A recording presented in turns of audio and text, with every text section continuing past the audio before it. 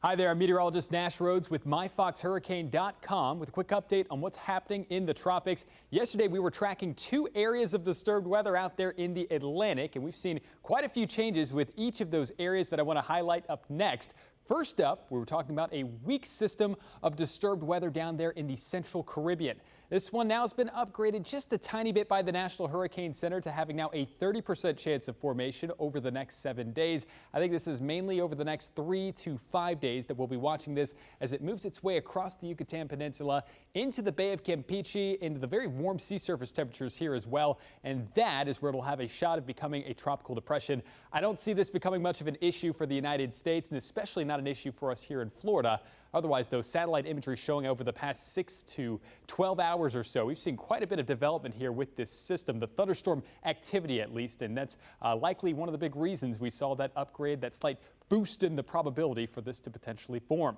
Farther to the east, out in the middle of the Atlantic, we are also keeping our eyes on Invest 95L. This is a disturbance that, as I mentioned yesterday, is over 3,000 miles still away from Florida, although it is working its way due west. This is something that we'll be keeping an eye on to potentially see their next named storm of the season. Now up to a 70% chance of formation over the next week, and I think by Monday we will likely have a tropical depression or a tropical storm that we are monitoring somewhere near the Lesser Antilles and potentially into the Caribbean, as you'll see here in just a moment.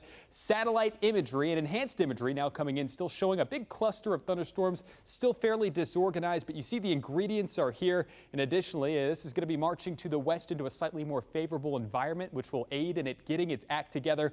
The computer models as to where this invest would be headed next continues to take this due west, and you'll notice a slight bump up in the latitude as it approaches the eastern Caribbean past the Lesser Antilles, but notice also they are all very clumped together there.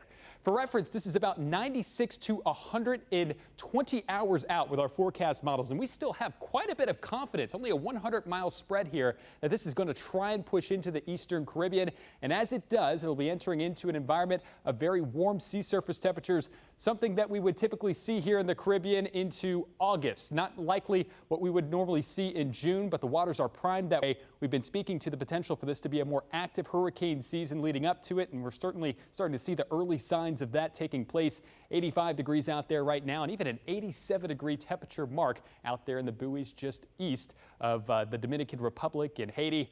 Our 2024 Atlantic season naming list still showcasing that Beryl and Chris would be next if any of these systems were to take a name. But in the meantime, we'll keep you up to speed as we get more information on each of these 2 disturbances and any more that form right here at myfoxhurricane.com.